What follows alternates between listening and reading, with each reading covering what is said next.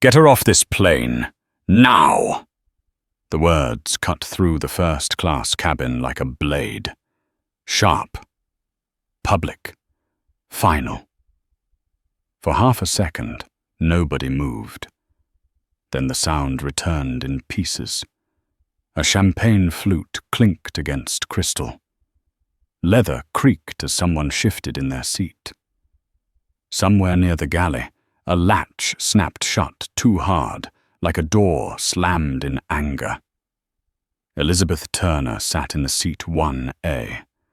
Her back was straight against the cream leather shell, hands resting open on her thighs. No clenched fists, no crossed arms. Her breathing stayed slow, measured, almost unnervingly calm. But inside, something cold had settled deep in her chest. Not fear, not shock, recognition. She had heard this tone before. Brian Collins stood in the aisle, shoulders squared, jaw tight. One hand gripping the edge of the seat across from her, as if the plane itself might tip without his authority holding it steady. His face was flushed now, red creeping up from his collar, spreading beneath the tight smile he wore when he thought he was in control. "You heard me," he said, louder this time. "This passenger is refusing crew instructions." Passenger. Not her name, not ma'am, just a problem to be removed. Elizabeth looked up at him slowly. Her eyes were dark, steady, unreadable. The kind of eyes that didn't flinch under pressure. The kind that made people uncomfortable when they couldn't tell what was being calculated behind them. "I am sitting in my assigned seat," she said. Her voice was low. Even. Not raised. Seat 1A. Purchased. Confirmed. I haven't refused anything. Brian laughed, short and sharp. Not humor. Dismissal. "Ma'am, you're being disruptive. We have protocols." Protocols! The word landed heavy. Around them, heads turned. A man in seat 1B, Charles Reynolds, mid-50s, grey suit tailored just a little too well, paused with his glass halfway to his lips. He watched over the rim, eyes flicking between Brian and Elizabeth, then back to his drink. He said nothing. Across the aisle, a woman in seat 2A, silver hair pulled tight at the nape of her neck, pressed her lips together. She leaned toward her husband and whispered, not quite softly enough, "Why do these things always happen right before takeoff?" Elizabeth heard it. She always did. Brian reached for the intercom phone mounted near the bulkhead. His fingers shook, but not with doubt, with adrenaline. Power tasted close now. "Captain," he said, pressing the button. "We've got an unruly passenger in first class, refusing to comply. I don't feel safe proceeding." Safe. The word echoed. Elizabeth's gaze flicked just once to the small black camera lens embedded near the ceiling. She noticed everything. The way the cabin lights reflected off polished wood, the faint citrus smell of cleaner mixed with old money and stale air, the hum of the engines, low and impatient, like something restrained. She had boarded this aircraft less than 20 minutes ago. At the door, Brian had looked her up and down. Not openly. Not enough for a complaint. Just long enough. Long enough to ask the question without words. "Do you belong here?" He had asked for her boarding pass. Then her identification.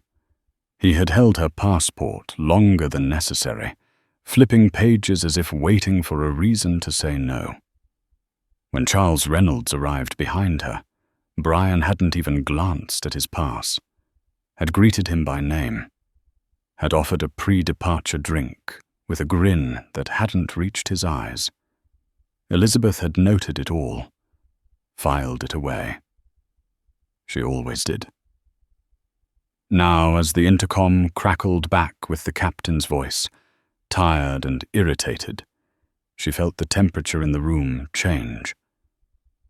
Not physically, socially, the moment when discomfort curdled into permission. "Call Port Authority," the voice said. "Let's get this resolved." Resolved. Another word that meant removal. Brian turned back to her, triumph flashing for a fraction of a second before he masked it. "You need to gather your things," he said. "Now." Elizabeth didn't move. The silence stretched, thick, heavy. Phones stayed down, but eyes were everywhere, watching, waiting, measuring who mattered. "You're making this worse for yourself," Brian added, leaning closer. His breath smelled faintly of coffee. "We're being generous right now." Generous. Elizabeth almost smiled. She stood then, slowly, smoothly. The movement drew every gaze. She was tall, composed. Her navy blazer fell perfectly into place as she rose, as if she had stepped into this moment rather than stumbled into it. She met Brian's eyes, and for the first time, his certainty wavered. "I want it noted," she said, "each word precise, that I am being asked to leave under false pretenses." Brian scoffed. "Tell it to the officers." As if summoned by the word, heavy footsteps echoed from the jet bridge. Boots, purposeful. 3 uniformed figures appeared at the door. The sight of them sent a ripple through the cabin. Someone inhaled sharply. Someone else muttered, "Jesus Christ." Elizabeth felt the weight then. Not of hands, of judgment, the kind that decided outcomes before facts. She turned her head slightly, catching Charles Reynolds' eye. For a moment, he looked back. Really looked. She saw something flicker there. Recognition, fear, calculation. Then he looked away. The lead officer stepped forward. Big man, broad shoulders, hand already reaching. "Ma'am, let's go." "Do not touch me," Elizabeth said. Her voice didn't crack. It cut. The officer's hand paused. Just a beat. Long enough for something irreversible to begin. This was no longer about a seat. It never had been. And none of them, not Brian with his borrowed authority, not the captain chasing an on-time departure, not the silent witnesses clutching their comfort, had any idea who was standing in front of them. The officer's hand closed around her arm. Not hard, not yet, but firm enough to send a message. Elizabeth felt the pressure through the wool of her sleeve, the way authority always announced itself before force followed. The cabin seemed to inhale as one. Then everything moved at once. "Ma'am, you need to cooperate," the officer said. His voice was rehearsed, flat, like a line he'd delivered too many times to remember faces. "You're delaying the flight." Delay. As if time were the crime. Elizabeth stepped back, just enough to break his grip. The movement was small, controlled. But it was resistance all the same, and everyone felt it. Brian stiffened. The second officer shifted his stance, boots widening on the carpeted aisle. Somewhere behind them, a woman gasped. A phone came up, then another, screens glowing like quiet alarms. "I am leaving," Elizabeth said, "but I will not be manhandled for sitting in a seat I paid for." Brian laughed again, sharper now. "You're not helping yourself," he said, arms crossed, chin lifted. There was a satisfaction there he didn't bother to hide any more. He had crossed the line in his own mind. There was no walking back. The lead officer's patience snapped. His hand shot out again, this time higher, gripping her upper arm. Fingers dug in. Elizabeth felt the sting immediately. Heat blooming beneath skin. A line had been crossed, and her body reacted before her thoughts did. "I said don't touch me," her voice carried. It reached the back rows. It reached the people pretending not to look. The officer interpreted it the way authority always did when challenged, as defiance. "Stop resisting," he barked. "I am not resisting," Elizabeth said, even as the second officer moved in, hands closing around her other arm. The aisle felt narrower now, the ceiling lower, the air thicker. The first cuff snapped shut around her wrist. Metal on bone. Cold. Final. The sound cut through the cabin. It wasn't loud, but it was unmistakable. The sound of escalation, of a situation passing the point where apologies mattered. Someone said, "Oh my God," under their breath. Someone else whispered, "This is insane." Brian said nothing. He watched. His mouth curved into something close to a smile. Elizabeth felt the second cuff tighten. Her wrists were pulled behind her back. Her balance shifted, heels scraping against carpet as the officers repositioned her like luggage. She felt the eyes on her now, heavy and constant. Felt the humiliation rise, sharp and burning, then settle into something colder, harder. They began to move her down the aisle. Each step was a spectacle. Faces passed in slow motion. A man stared openly, his mouth slack. A woman shook her head, lips pressed tight, but still said nothing. Charles Reynolds kept his eyes fixed on his lap, hands folded neatly, as if the problem would disappear if he made himself small enough. Elizabeth counted her steps without meaning to. 1, 2, 3. She focused on the physical, the pull of the cuffs, the pressure between her shoulder blades, the sound of her own breathing, steady, despite everything. At the galley, Brian leaned in close as they passed. "Have a nice night," he murmured, low enough that only she could hear it. Elizabeth stopped. It wasn't dramatic. It wasn't violent. She simply planted her feet. The officers stumbled for a fraction of a second, momentum broken. In that pause, the entire cabin froze with them. Elizabeth turned her head, looked straight at Brian. "You have no idea what you've just done," she said quietly. Brian scoffed, but the sound caught in his throat. For the briefest moment, something flickered in his eyes. Not fear. Confusion. As if a narrative he had written so confidently was suddenly missing a page. "Keep moving," the officer snapped, shoving her forward. The aircraft door loomed ahead, open to the jet bridge, to the grey fluorescent light beyond. As they pushed her through, The door slammed shut behind them with a heavy, reverberating thud. The sound echoed. It felt final.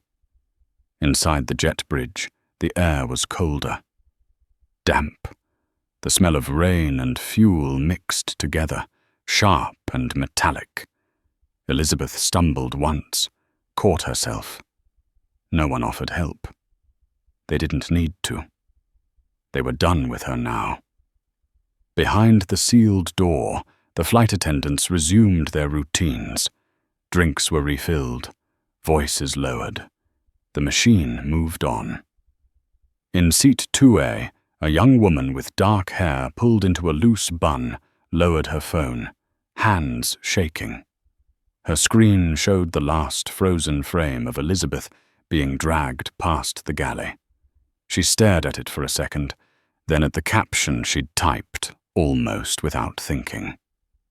Aero West just arrested a woman for sitting in first class. Her thumb hovered. She hesitated. Then she hit post. The holding room at the airport was windowless and beige, the kind of place designed to erase time.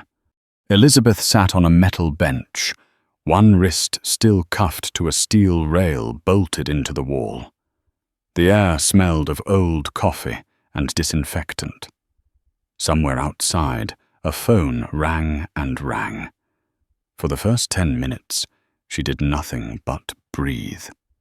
In through her nose, out through her mouth. Slow, deliberate. She had learned long ago that rage was only useful when it was sharp. Unfocused rage burned the wrong people. The door opened. A younger officer stepped in, early 30s, nervous energy. He avoided her eyes at first, flipping through a clipboard as if answers might be printed there. "Elizabeth Turner?" he asked. "Yes." "They're saying you were intoxicated," he said. His voice softened on the last word. "Belligerent, interfering with flight crew." Elizabeth let out a short, humorless breath. "Breathalyze me," she said. "Right now." The officer looked up then. Really looked. Took in the cut of her blazer, the calm in her posture, the complete absence of chaos. He hesitated. "I checked your ID," he said quietly. "North Star Capital Group." Elizabeth met his gaze. "Then you know this isn't going away." Silence settled between them. Heavy. Pregnant with consequences. Outside that room, phones were buzzing. Screens were lighting up. In offices and living rooms, people watched the same clip on repeat. The same moment of metal snapping shut. The same woman walking with her head high as everything tried to drag her down. Elizabeth sat very still. She already knew how this ended. They just hadn't caught up yet. The officer came back 5 minutes later, and this time he wasn't alone. The door opened wider than necessary, metal scraping softly against the frame. 2 men entered. One older, broad through the shoulders, his uniform pressed tight across his chest, the kind of man who had learned long ago how to fill a room without raising his voice. The other was the younger officer again, lingering a half step behind, eyes flicking between Elizabeth and his superior. "Ms. Turner," the older man said. His voice was gravel and authority. "I'm Chief Raymond Keller. Port Authority." Elizabeth didn't stand. She didn't need to. She met his gaze from the bench, chin level, expression unreadable. The cuff still held her wrist to the rail. Red marks were already forming, faint but unmistakable. "Am I being charged with something?" she asked, Or are we still pretending this is informal? Keller's jaw tightened. He glanced at the cuff, then back to her face. The airline is pressing for trespass and interference with flight crew. Elizabeth let the words sit. Trespassing. On a plane she had paid $12,000 to board, on a seat assigned weeks ago. She felt the anger stir again, sharp and precise now, like a blade finally drawn. "That's interesting," she said, "because I was never read my rights. I was never breathalyzed. And I was removed based on a false report." Keller crossed his arms. The room felt smaller with him in it. The captain felt it was a safety issue. "Safety," Elizabeth repeated. She looked down at her cuffed wrist, then back up. "Then why am I the only one in handcuffs?" Silence stretched. The younger officer shifted his weight, uncomfortable. Keller studied her more closely now. Not her clothes, not her posture, her composure. The kind that didn't come from entitlement, but from experience. "You're very calm for someone in your position," Keller said. Elizabeth smiled, but there was no warmth in it. You'd be surprised what people get used to. Her phone buzzed on the metal bench beside her, a muffled vibration, relentless. Keller noticed it. His eyes flicked down, then back up. "You're not authorized to use that," he said. Elizabeth tilted her head slightly. "You might want me to." Another pause. Keller exhaled through his nose, then nodded to the younger officer. "Uncuff her." The younger man hesitated. "Chief." "Now." The click echoed in the room as the cuff released. Elizabeth flexed her wrist slowly, feeling the ache bloom, then fade into something useful. Evidence. She reached for her phone as Keller watched, weighing something he hadn't expected to have to weigh tonight. The screen lit up. Missed calls, messages stacked on messages, her assistant, her general counsel, numbers she recognized instantly, and numbers she didn't. At the top, a notification banner slid across the screen. Breaking news. Video of passenger removed from Aero West flight goes viral. Elizabeth didn't react. She scrolled. Twitter. Millions of views already. Comments moving faster than she could read. The same clip from a dozen angles. The same moment when the cuffs snapped shut. Keller leaned closer despite himself. "What is that?" Elizabeth turned the screen toward him. Not aggressively. Casually. As if sharing the weather. His face changed. It wasn't panic. Not yet. It was recognition. The look of a man realizing a decision made for convenience had just acquired a price tag. "That video," Keller said slowly, "it's everywhere." "Yes," Elizabeth said, "and it's still early." Her phone rang. She answered without asking permission. "Elizabeth," a voice said immediately, tight with fury. "Daniel Moore." She could hear movement behind him. Papers, voices, a war room forming. "Where are you?" "JFK," she said. "Holding room." A pause. Then controlled rage. "We're on it." "I know," Elizabeth said. "Listen carefully. The Aero West deal. Kill it." Silence on the line. Not disbelief. Calculation. That's their lifeline, Daniel said finally. Without it, they won't make the quarter. I know. And Elizabeth, he added, voice dropping. The market is already reacting. We can move now. Elizabeth looked at Keller, who was pretending not to listen. Do it, she said. Draft the statement. Human rights. Passenger safety. Use those words. Understood. She ended the call and slipped the phone back onto the bench. Keller stared at her, the weight of the room shifting around him. You want to explain what's happening? He said. Elizabeth stood then. Slowly.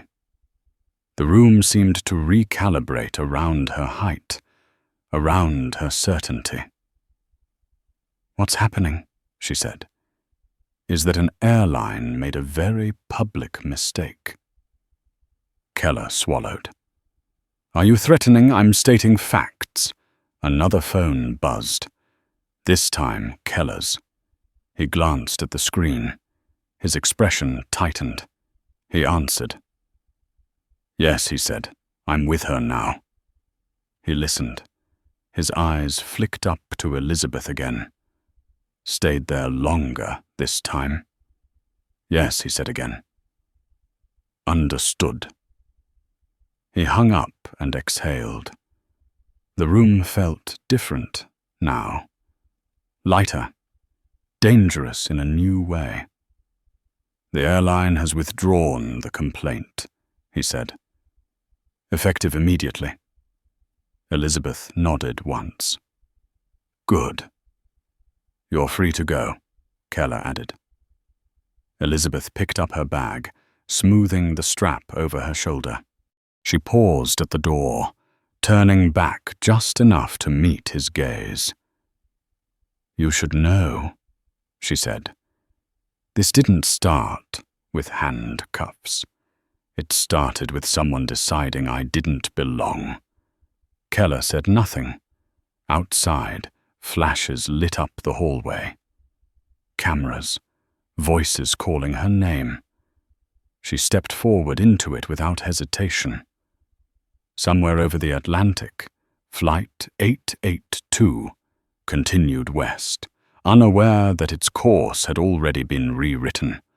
The phone on Robert Hastings' nightstand began to vibrate at 12:47 in the morning. Not ring. Vibrate. The kind reserved for disasters no one wanted to put into words yet. He groaned, rolled onto his side, and squinted at the screen. Sarah Whitman, head of communications. 3 missed calls stacked on top of each other. That never happened. Robert sat up. Sarah, he said, voice thick with sleep. This better not be. Turn on the TV, she cut in. Her voice was tight, controlled in the way panic learned to disguise itself. And open your email, now. Robert swung his legs off the bed. The penthouse was sour, except for the hum of the city below. He grabbed the remote, thumb fumbling, and flicked on the screen. CNN. Breaking news crawled across the bottom in red. Aero West accused of racial profiling and unlawful passenger removal. The video began to play on a loop.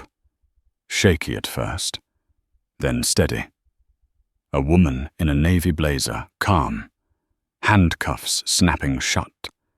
Her being pulled down the aisle as a flight attendant stood by, arms crossed, watching. Robert leaned forward. No, he whispered. He knew that face. His breath caught as recognition slammed into him, sharp and absolute. He had seen her at Davos, at private dinners, on the other side of negotiation tables where men twice his age leaned in when she spoke. Elizabeth Turner, North Star Capital. His phone buzzed again, An email notification slid across the screen. Subject: Immediate withdrawal of letter of intent. Robert opened it with shaking fingers. Dear Mr. Hastings, effective immediately, North Star Capital Group is withdrawing its proposed investment of $4.8 billion. Furthermore, we are reassessing all existing relationships with Aero West, pending an independent investigation into discriminatory practices and passenger safety violations. The words blurred. Robert stood abruptly, pacing barefoot across the marble floor. Sarah, he said into the phone, voice rising now. Tell me that isn't who I think it is. It's her, Sarah said quietly. And Robert, social media's on fire. The stock is down double digits pre-market. And there's more. More, he repeated. She's shorting us. The word hit harder than any accusation. Robert stopped pacing. His stomach dropped.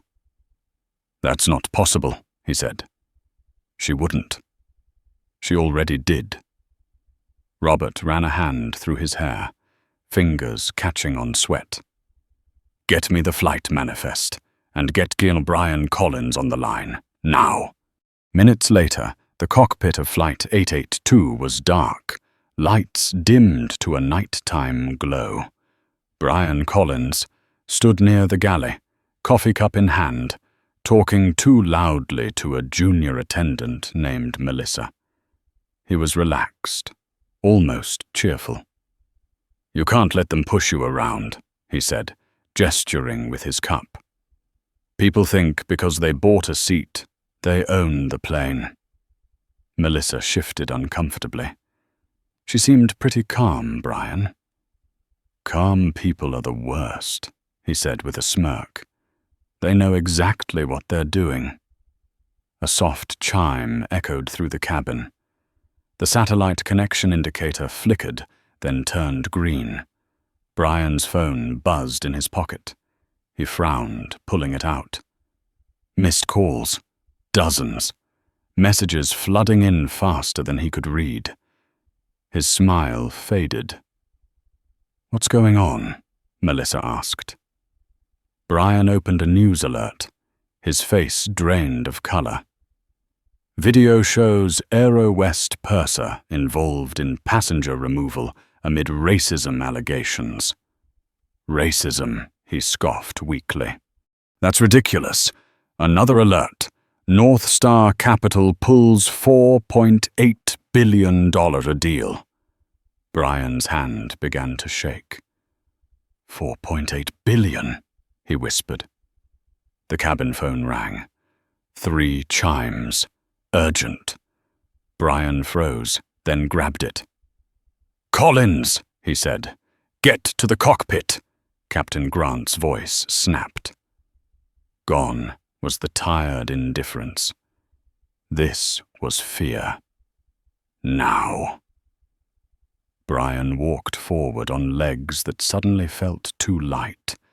The cockpit door opened. Captain Grant didn't turn around. He held out the satellite phone. It's Mr. Hastings. Brian swallowed and took the handset. Sir, I can explain. Don't, Robert's voice came through, cold and controlled. You are done speaking. Brian's chest tightened. Sir, I was following procedure. You destroyed this company in under an hour, Robert said. Do you have any idea who that woman was? Brian hesitated. I thought she was. Say it, Robert hissed. Say what you thought. Brian didn't answer. She owns the firm that was about to keep her solvent, Robert continued. And now she's betting against us. Do you understand what that means? Brian's knees weakened. I didn't know. That, Robert said, is the point. There was a pause. Long. Heavy. You are relieved of duty effective immediately, Robert said. Remove your jacket. Sit in the jump seat for the remainder of the flight. When you land, you will meet legal counsel. Do not speak to passengers. Do not touch anything. The line went dead. Captain Grant turned then. His face was grey. The jacket. Brian unbuttoned his uniform with trembling fingers. The gold stripes caught the dim light as he slipped it off and handed it over. Get out, the captain said. Brian walked back through first class without the jacket, without the smile. Eyes followed him now, sharp and unkind. Whispers rose. In seat 1B, Charles Reynolds looked up from his phone, eyes wide. He had seen the video. He had seen himself in the background. Silent. As Brian passed, Charles spoke. Hey. Brian stopped. Charles met his gaze, something like disgust settling in his expression. I'd ask for a drink, he said softly, but it looks like you're not working here anymore. Laughter rippled, sharp and sudden. Brian didn't respond. He kept walking until he reached the small fold-down seat near the lavatory. He sat, strapped in, and stared at the floor. High above the ocean, the plane continued east. But the ground had already shifted. The descent into London began without announcement. No gentle chime, no soothing voice. Just the subtle shift in pressure and the soft whine of engines adjusting their angle. Inside the cabin, no one slept. Screens glowed in the dim light, faces illuminated by headlines, timelines refreshing faster than nerves could settle. Brian Collins sat in the jump seat near the forward lavatory, knees drawn in, hands clasped so tightly his knuckles ached. He hadn't moved in hours. The coffee he'd poured earlier sat untouched on the galley counter, cold and forgotten. Every few minutes his phone buzzed in his pocket. He didn't look anymore. He already knew what it said. Racist. Fired. Lawsuit. Ruined. In seat 1B, Charles Reynolds stared at his screen, scrolling past his own name tagged again and again. Someone had identified him. A freeze frame. His profile. His silence. The caption read, "Why didn't this man speak up?"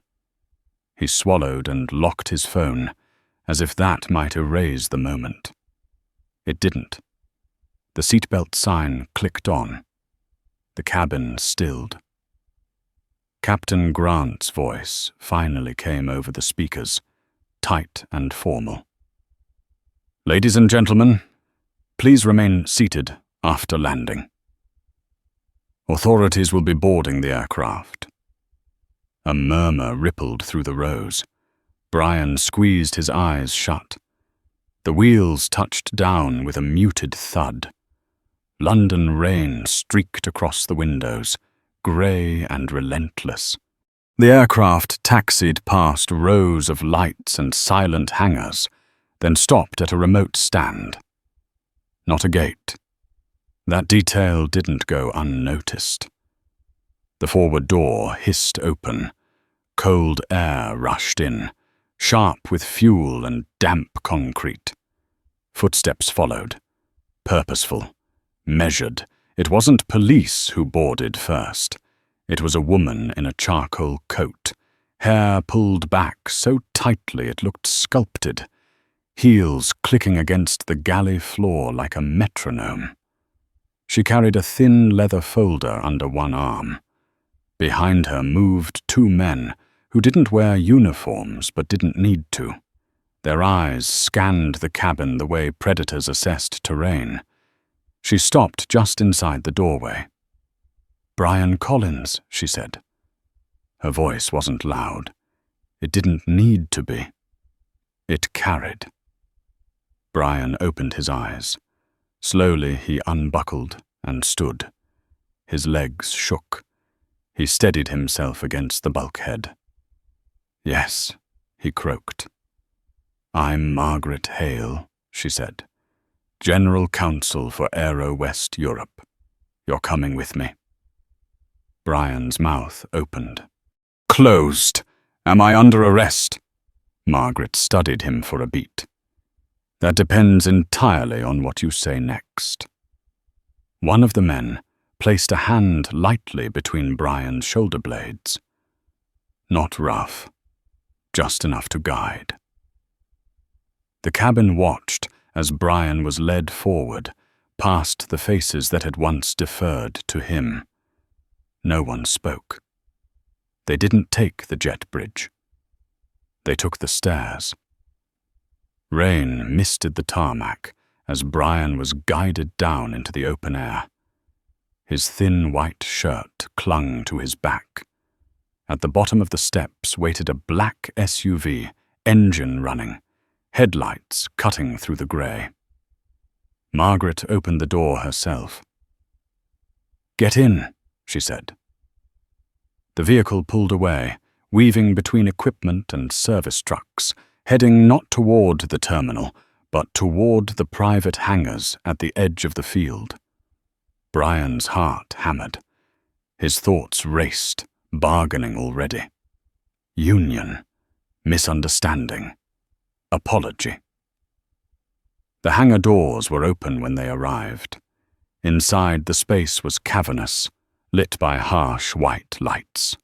A private jet sat at the center, sleek and immaculate, its engines still ticking as they cooled. Near the nose stood two figures. One was Robert Hastings. He looked smaller than Brian remembered.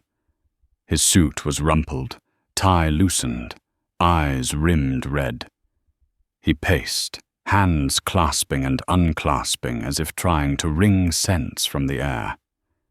The other figure stood perfectly still. Elizabeth Turner.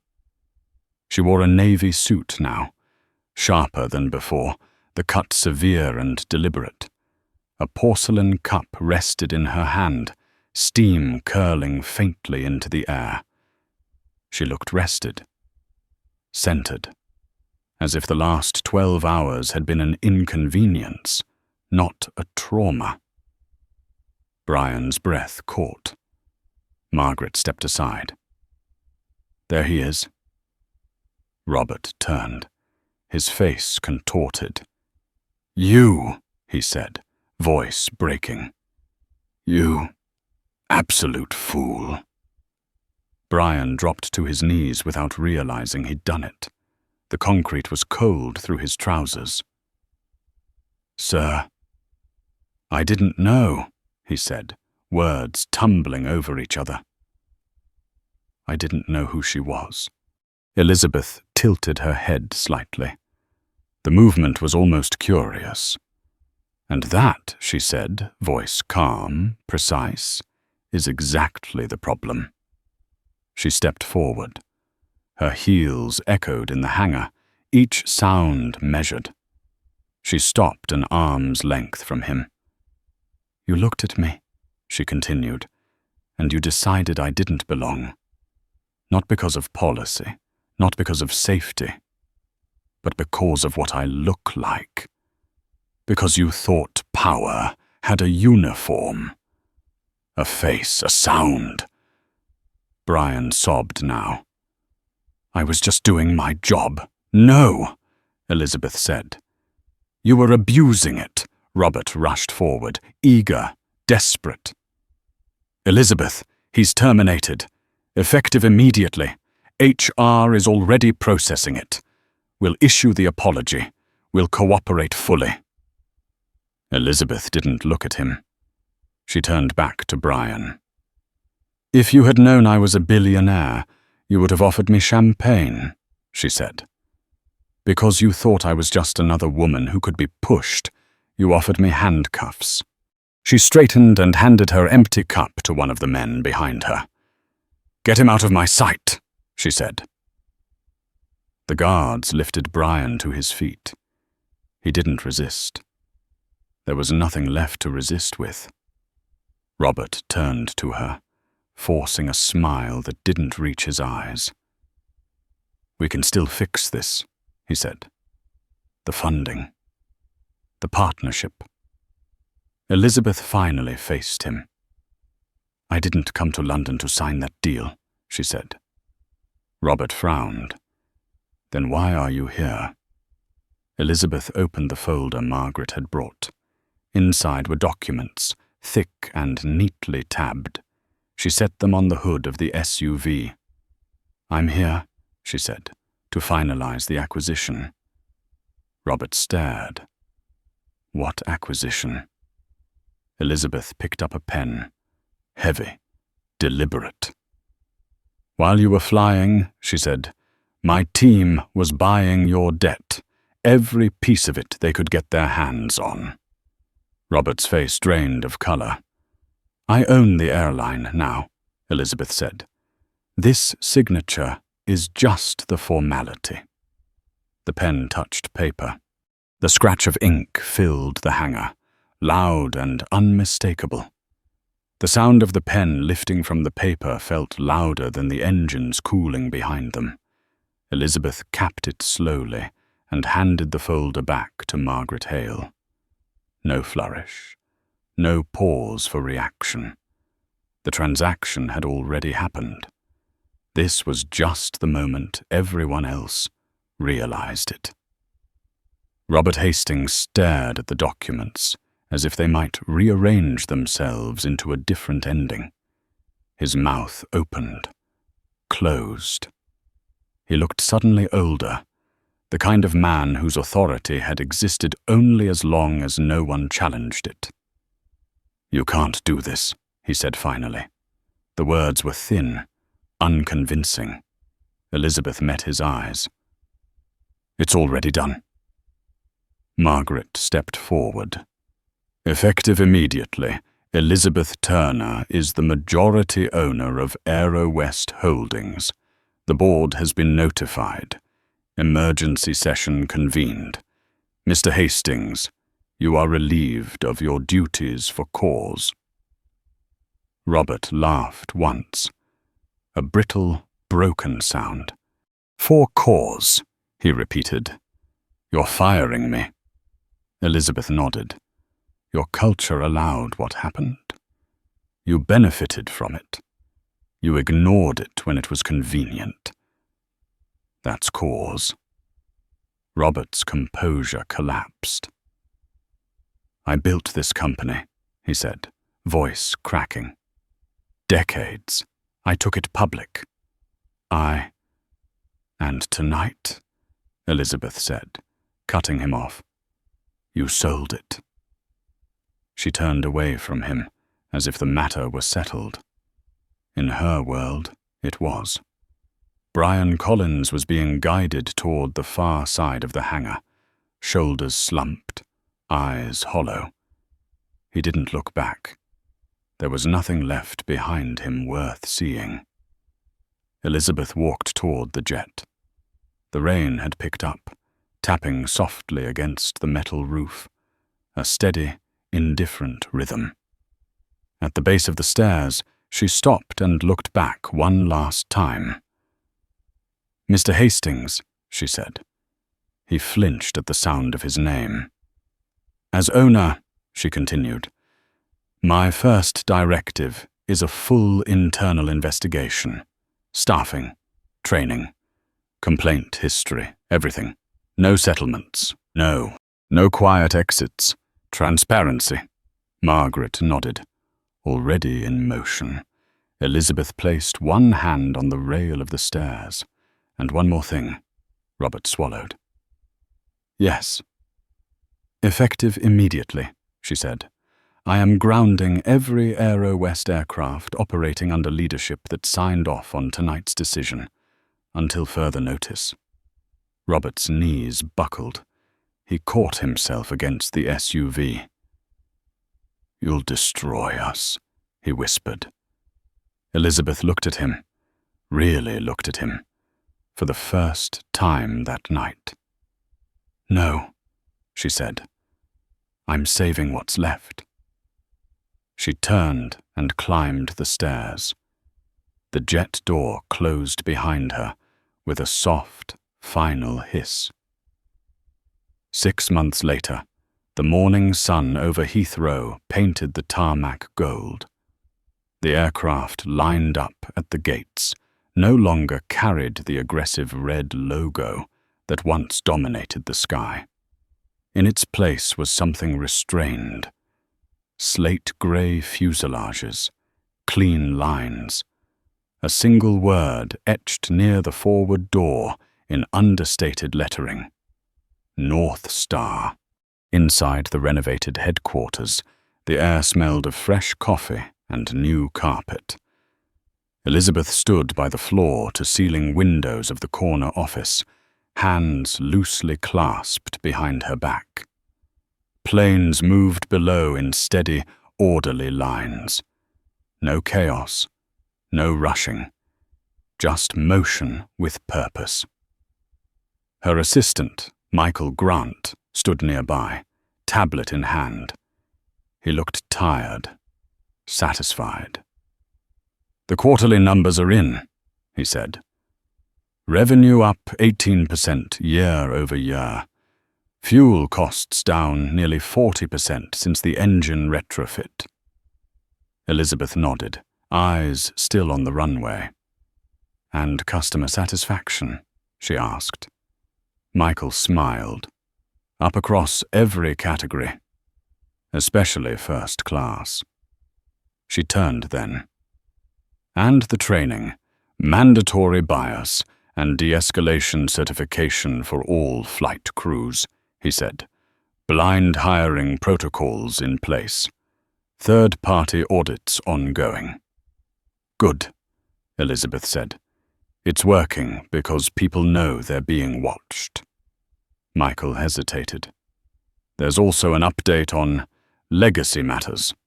Elizabeth's expression didn't change, but something sharpened in her eyes. "Go on."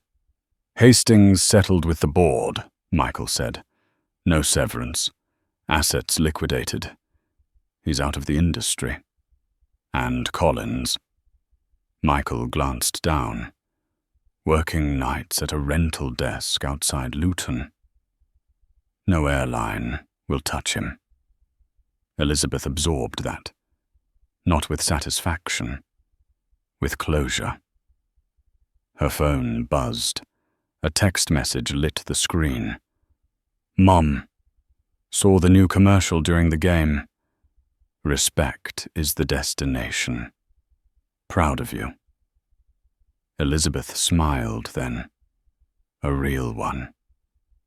She typed back quickly and slipped the phone into her pocket. Outside, a North Star aircraft lifted soothingly into the sky, engines humming with quiet efficiency. She watched it climb, higher and higher, until it disappeared into the pale blue. Power, she knew, wasn't about volume, or uniforms, or who got to give orders. It was about what happened when no one thought you had any. And this time, the sky had learned. The first board meeting under the new ownership began exactly on time. No ceremonial introductions, no applause, just the quiet shuffle of leather chairs and tablets waking up around a long oak table that had once been reserved for men who believed longevity equaled wisdom. Elizabeth took the head seat without comment. The room adjusted around her. "Before we talk numbers," she said, voice steady, "we talk accountability." A screen lit up behind her. Not charts, not projections, names, incidents, dates, complaints that had once been buried under phrases like isolated misunderstanding and customer perception issue. Faces appeared, some familiar, some new, some already gone.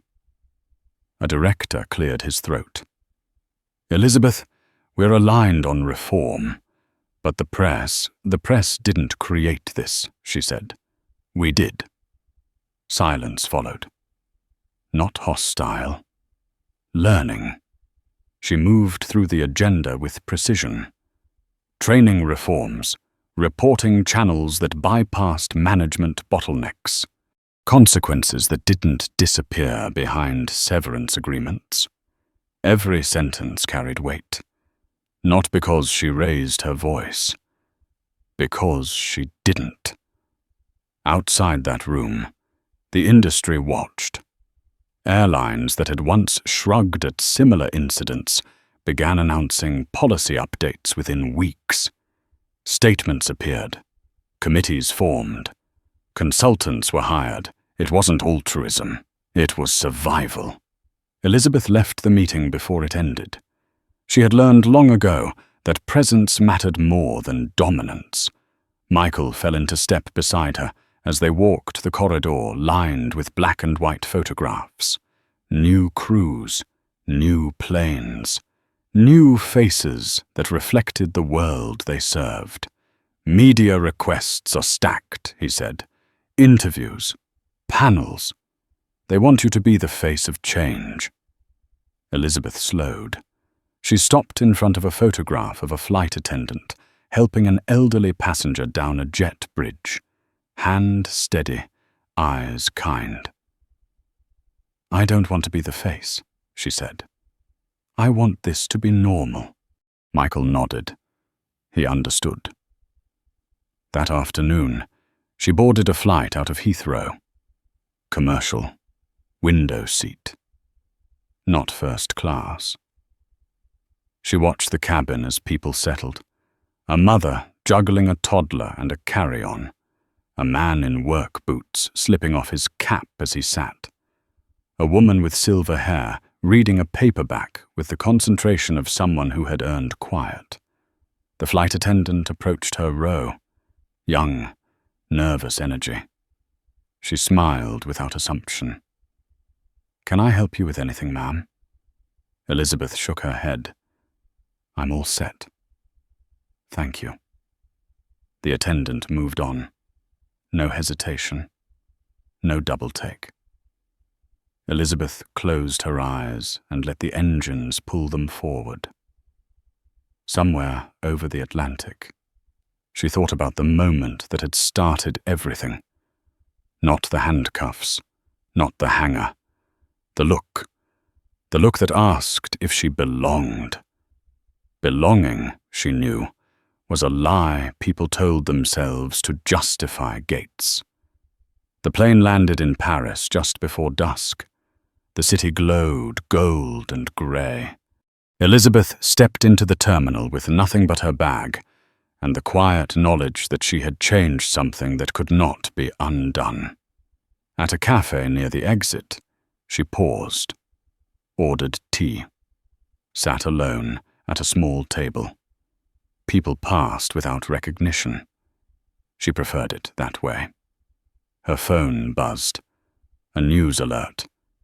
International Aviation Body announces new standards for passenger removal protocols. Mandatory de-escalation training to be adopted industry-wide. Elizabeth took a sip. The tea was too hot. She welcomed the sting. Across the terminal, a television played silently. The same clip she had seen months ago. The same aisle. The same moment. This time, the chyron read, "Turning Point." A man beside her glanced at the screen, then back to his newspaper.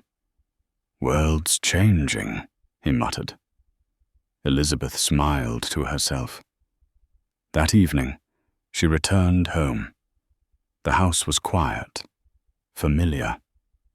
She kicked off her shoes by the door and walked into the kitchen, rolling up her sleeves.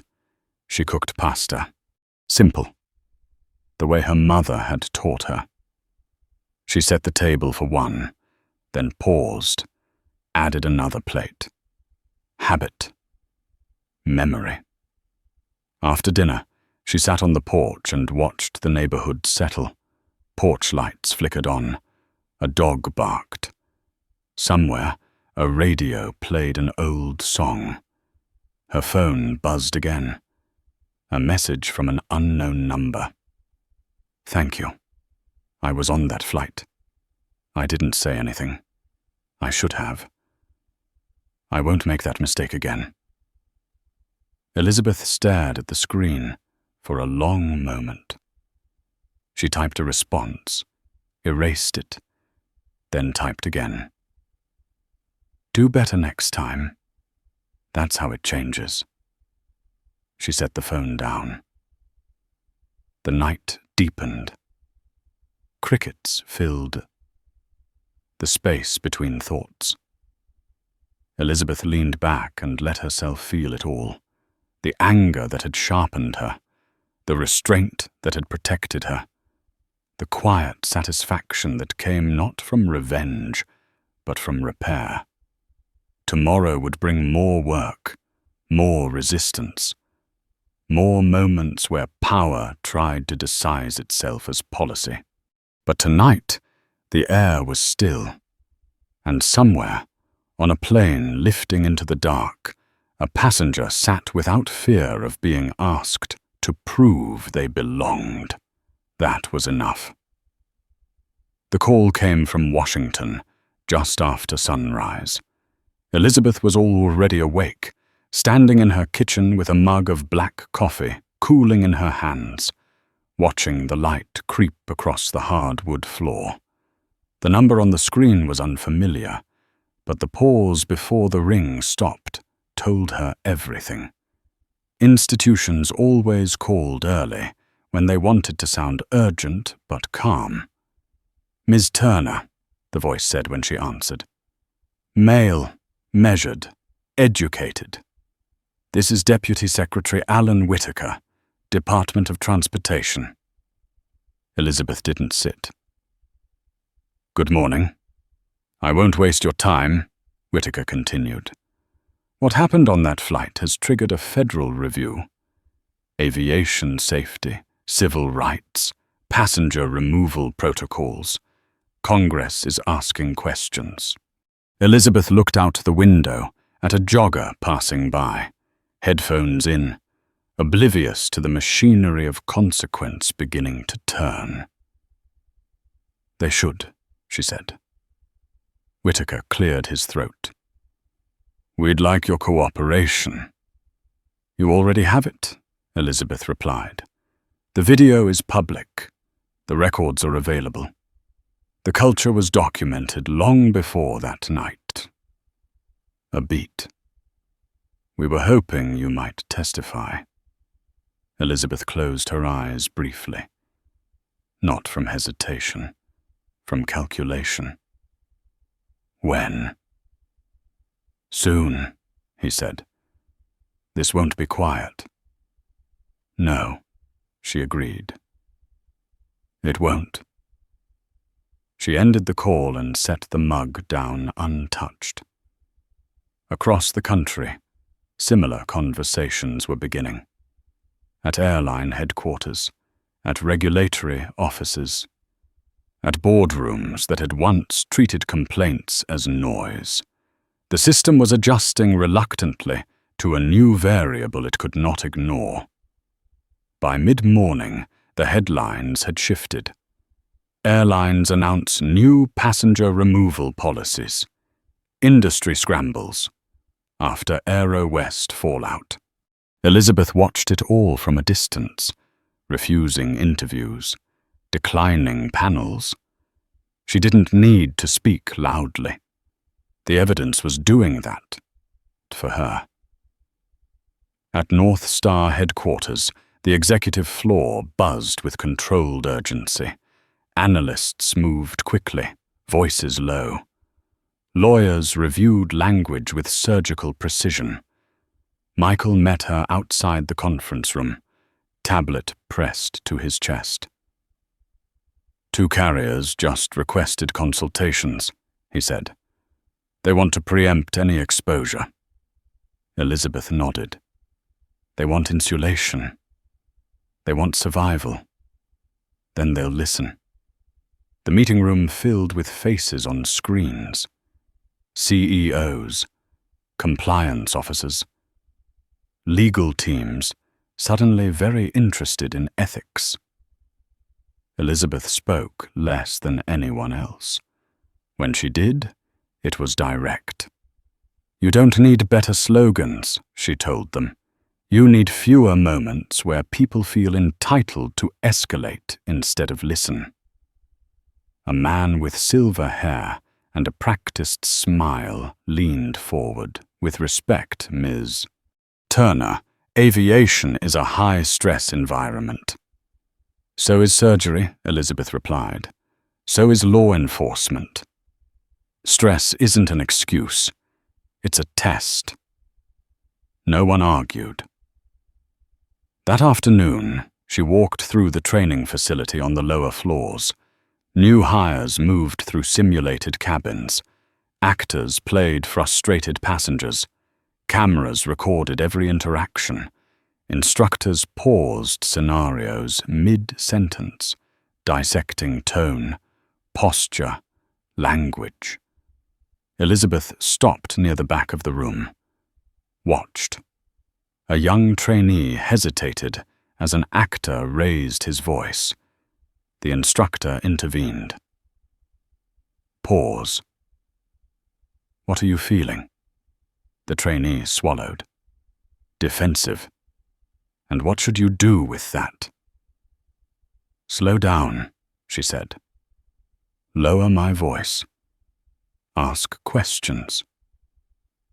Elizabeth felt something loosen in her chest. Not relief, validation. Later, alone in her office, she opened a folder marked correspondence. Letters, emails, messages forwarded by her team. Thousands of them. Stories that echoed her own, some quieter, some worse. People thanking her not for revenge, but for recognition. One message stopped her. My father flew for 30 years. He used to say the uniform gave him power. I see now it gave him responsibility. Thank you for reminding us. Elizabeth leaned back in her chair, staring at the ceiling. Power as responsibility. The distinction mattered. That evening, she attended a small dinner hosted by a transportation think tank. No press, no cameras, just policymakers and industry veterans who spoke carefully now, choosing words like they mattered. A former airline executive shook her hand. You changed the equation, he said. We didn't think someone would go this far. Elizabeth met his gaze. I didn't go far, she said. I stayed. The room fell quiet for a moment. People considered that. When she returned home, the sky was already dark. She turned on a single lamp and set her bag down. The house felt different lately. Not heavier. Quieter. As if it were finally keeping pace with her. Her phone buzzed again. A text from Michael. Hearing scheduled. Public. Next month. Elizabeth replied with a single word. Good. She sat at the kitchen table and opened her laptop, pulling up notes she had started weeks ago. Not testimony. Principles. The things she wished someone had said before it all happened. She typed slowly, intentionally. Respect is not a courtesy. It is a requirement. Outside, a plane passed overhead, lights blinking against the night. She watched it disappear and kept typing. The world had noticed. Now it would have to learn. The hearing room smelled like polished wood and old paper. Elizabeth sat at the witness table, hands folded, posture composed, eyes forward. The seal of the United States glinted on the wall behind the panel, heavy with history. Rows of seats stretched out in front of her, filled with aides, reporters, industry representatives, and a handful of people who had come simply to see whether accountability could still exist in a room like this. A murmur rolled through the chamber as the committee members took their seats. "Ms. Turner," the chairwoman said, tapping the microphone once. "Thank you for appearing." Elizabeth nodded. "Thank you for having me." The oath was brief. The truth, she thought, rarely needed ceremony. The first questions were careful, procedural. Dates, timelines, confirmation of facts already known to the public. Elizabeth answered calmly, precisely, her voice steady as if she were discussing quarterly earnings instead of the night she had been handcuffed in a narrow aisle. Then the tone shifted. "Ms. Turner," a congressman from the Midwest said, leaning forward, fingers steepled. "Some have argued that this incident was an unfortunate misunderstanding, that the response since then has been disproportionate." Elizabeth met his eyes. She did not blink. "With respect," she said, "what happened to Mimi was not a misunderstanding. It was the predictable outcome of a system that rewards authority without accountability." A ripple moved through the room. Pens paused. A reporter looked up from her notes. The congressman frowned. "You're suggesting this was systemic." "I'm stating that it was," Elizabeth replied. "The man who ordered my removal did not invent his behavior. He was trained in it, protected by it, confident that it would be excused." Another member leaned in. "You now control a major airline. Some would say your response was motivated by personal retaliation." Elizabeth turned slightly, addressing the entire panel. "If this were retaliation," she said, "I would have sued and walked away. What I did instead was assume responsibility for fixing what failed." Silence followed, the kind that settled when an argument had nowhere left to hide. A senator at the far end cleared her throat. "Ms. Turner, can you describe the moment you realized this would become larger than your personal experience?" Elizabeth's gaze drifted, just for a second, to the back of the room, to a woman sitting alone, hands clasped tightly in her lap. She recognized that posture. She had lived in it. "It was when no one spoke up," Elizabeth said softly. "Not the passengers, not the crew, not the systems designed to protect both. That silence told me the problem was already normalized." The senator nodded slowly. Questions continued, about training, about reporting structures, about how many similar complaints had been quietly settled over the years. Elizabeth answered all of them. She named patterns without naming individuals. She spoke of culture as something built, not accidental.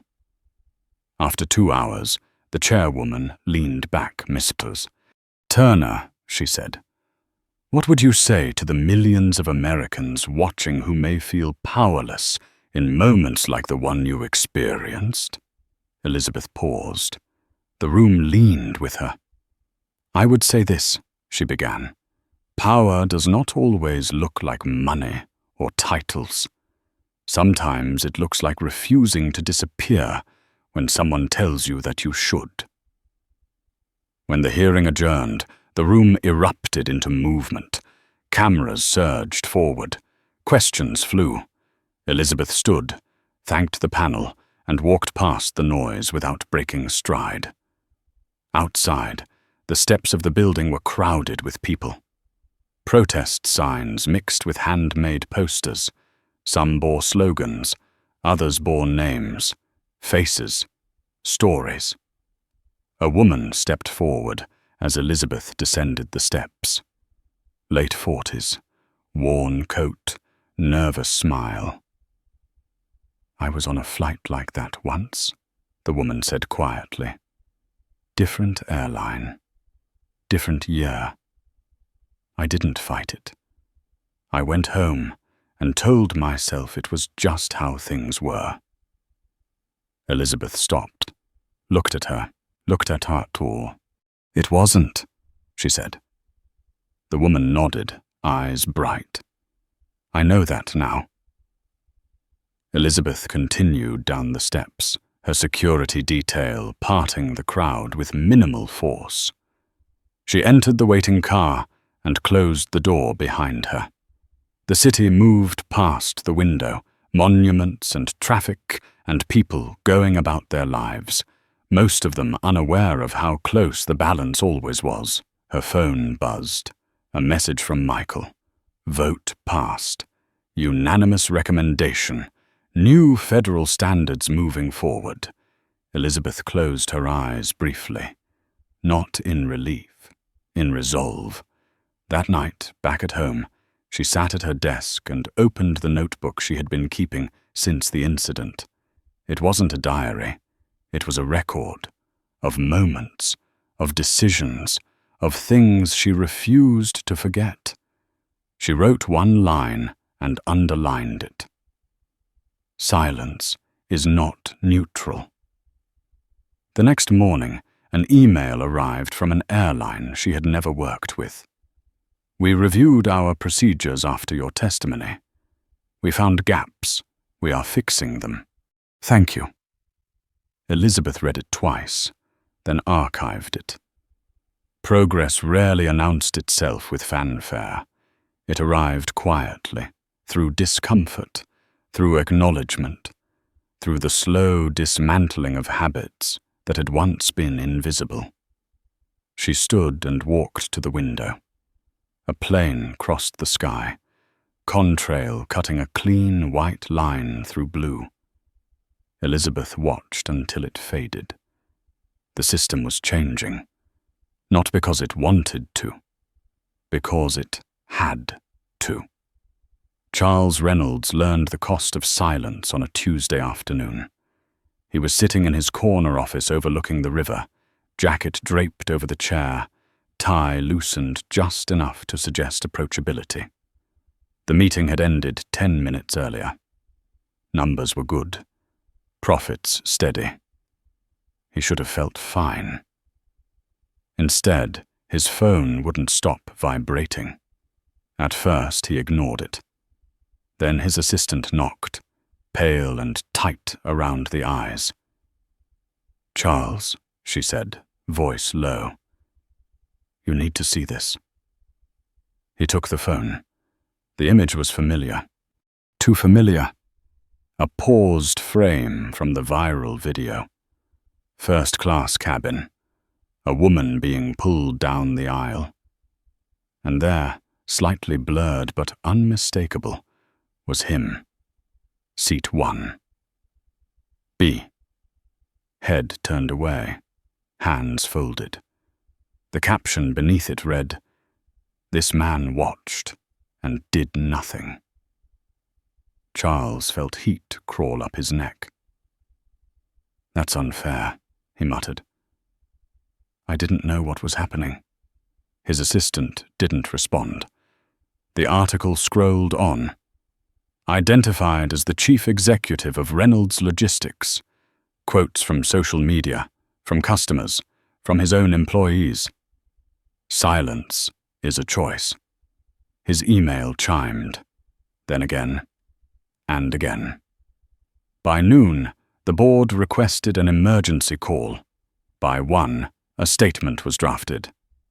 By 3, His company's human resources department issued a public acknowledgement distancing itself from values inconsistent with bystander inaction. Charles sat alone when the call ended. The office felt suddenly smaller, the glass walls too transparent. He remembered the moment clearly now, the way Elizabeth Turner had looked at him, not pleading, expectant, as if testing whether the world still worked the way it claimed to. He had looked away. That night, Charles drove home in silence. He passed familiar streets, the rhythm of the city unchanged. At a stoplight, he caught his reflection in the windshield. He looked older than he remembered. His phone buzzed. A message from his daughter, away at college. "Dad, everyone's talking about that video. Are you okay?" He typed a reply. Deleted it. Typed again. "I should have done better." He didn't send it. Across the country, similar reckonings were happening. A gate agent in Phoenix reread an incident report she had once dismissed. A flight attendant in Atlanta sat through new training and realized how many moments she had escalated instead of listened. A pilot in Seattle paused before making a call he would once have made automatically. The industry adjusted, not out of enlightenment, but out of necessity. Insurance premiums shifted. Legal departments expanded. Training budgets tripled. Elizabeth Turner watched all of it with a measured distance. She stood in the operations center one morning, hands clasped behind her back, as a young manager walked her through updated protocols. Language was being rewritten, power redistributed, decision trees redesigned to slow escalation, not accelerate it. "Passengers must be addressed by name when possible," the manager said. "No assumptions, ever." Elizabeth nodded. Good. Later that day, she sat with a small group of senior crew members, veterans, people who had flown through deregulation, mergers, bankruptcies. One man raised his hand. "I've been flying since before smartphones," he said. "People used to trust us more." Elizabeth considered that. "Trust isn't automatic," she replied. "It's earned. Every flight." The man nodded slowly. That evening, Elizabeth attended a community forum. No cameras, folding chairs in a high school auditorium. People spoke into a handheld microphone, voices trembling as they shared stories that had lived too long in private. A man described being removed from a bus decades earlier. A woman talked about being questioned every time she flew with her children. An elderly couple spoke about the humiliation of being told they were confused when they weren't. Elizabeth listened. She didn't interrupt. She didn't defend. She took notes by hand. At the end, someone asked, "Do you think this will really change?" Elizabeth stood. The room quieted. "I think change is fragile," she said. "It doesn't survive good intentions alone. It needs pressure, memory, and people willing to stay uncomfortable long enough to do the work." Applause rose, hesitant at first, then stronger. On the drive home, she thought about the word fragile, about how easily things broke when no one paid attention, about how quickly power filled silence. Her phone buzzed. A message from Michael. Charles Reynolds requested a meeting. Personal. Elizabeth stared at the screen for a long moment. "Schedule it," she typed back. "And don't cancel my afternoon." The meeting took place 2 weeks later in a small conference room. No assistants, no lawyers. Charles looked different. Thinner. Quieter. "I owe you an apology," he said immediately. "Not the public kind. The real one." Elizabeth studied him. "Why now?" He swallowed. "Because I finally understand that not acting was still a choice." Elizabeth nodded once. "It always is." They sat in silence for a moment. It wasn't hostile. It wasn't forgiving. It was honest. When Charles left, he walked out slower than he'd entered. Lighter, somehow. That night, Elizabeth stood on her porch again, watching the neighborhood settle. She thought about how many people believed change came from grand gestures.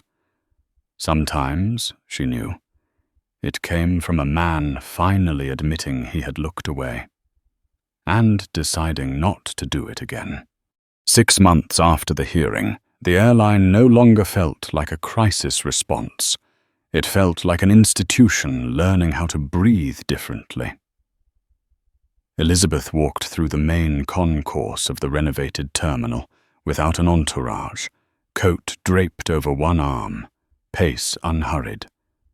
The floors gleamed, but not in the sterile way of forced polish. There was movement, warmth, a low, steady hum of purpose.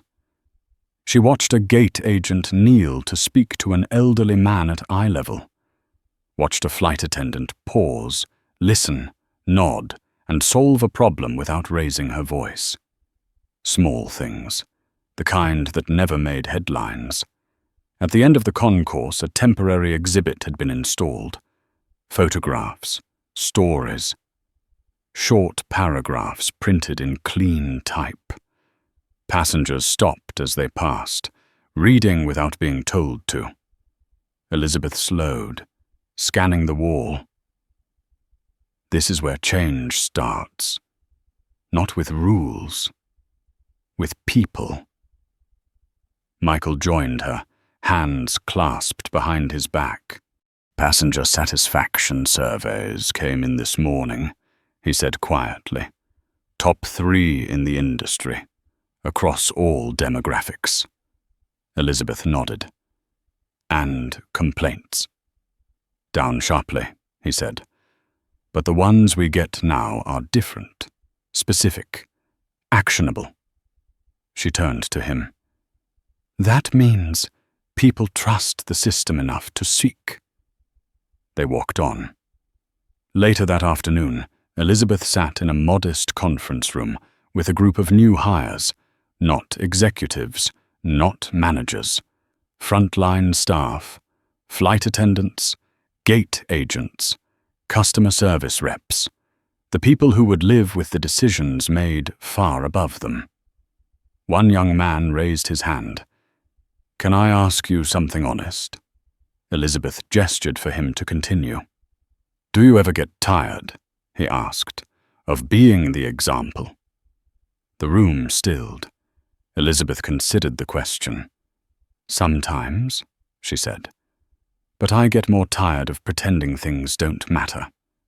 A woman beside him spoke next. "I used to think escalation meant strength," she said. "Now I see it's usually fear." Elizabeth smiled faintly. "That's a hard lesson. You're ahead of where most people start."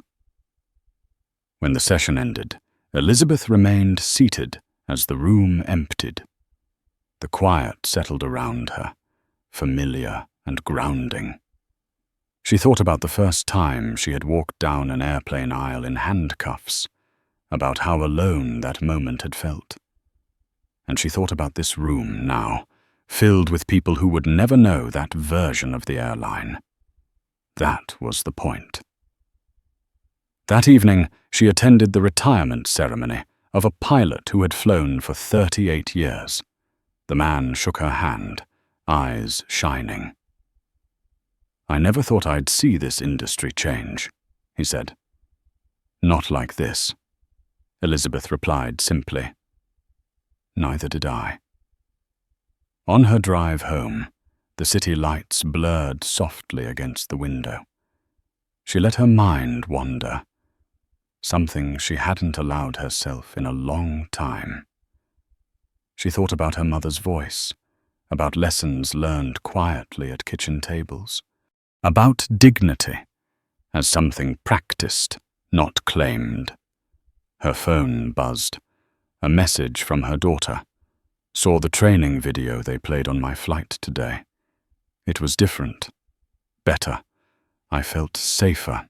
Elizabeth closed her eyes, absorbing that. Not pride. Relief. The next morning, she stood before the board again. This time, there was no tension. Just work. She outlined the next phase. Expansion, partnerships, oversight mechanisms designed to outlive her tenure. One director leaned forward. "You're building this as if you won't always be here." Elizabeth met his gaze. "That's the only way it works." After the meeting, she lingered in the hallway, watching people pass. She saw confidence where there had once been defensiveness, responsibility where there had once been entitlement. Change, she knew, wasn't loud. It was cumulative. That afternoon, she received a handwritten letter. No return address. The paper was creased, the handwriting careful. "I was the officer who cuffed you. I've thought about that night every day since. I didn't know how wrong I was until I saw myself from the outside. I'm in training now. I'm trying to be better." Elizabeth folded the letter slowly. She didn't forgive easily, but she believed in repair. She placed the letter in a drawer marked reminders. As the weeks passed, the story faded from headlines. New crises replaced old ones. Attention moved on. That was how the world worked. But the systems remained. The policies held. The culture shifted, incrementally but unmistakably.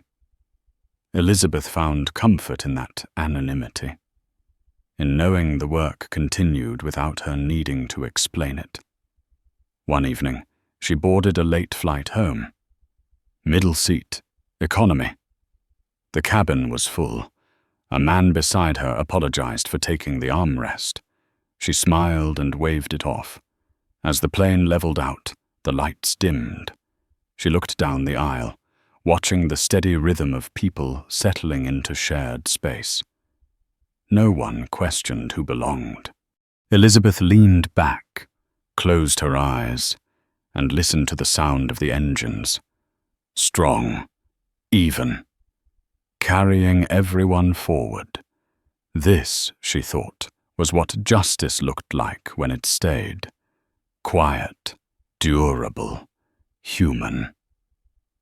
The plane touched down just after dusk, the runway lights stretching out like a promise kept.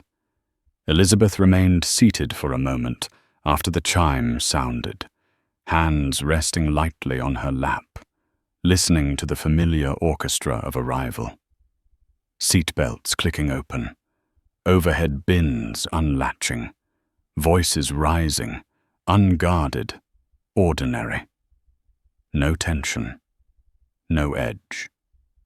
Just people eager to get where they were going. She stood when her row cleared, stepping into the aisle without anyone looking twice. That still struck her sometimes, not because she wanted recognition, but because the absence of scrutiny meant something had shifted. At the jet bridge, a flight attendant smiled and said, "Have a good evening, ma'am," the words easy, unforced. Elizabeth nodded back, the exchange so normal it felt radical. Outside the terminal, the night air was cool. Her driver waited curbside, holding the door open with practiced ease. As the car pulled away, Elizabeth watched the terminal recede in the rear-view mirror, glass and steel glowing against the dark. Somewhere inside, 1,000 small interactions were happening. Most of them invisible. Most of them fair.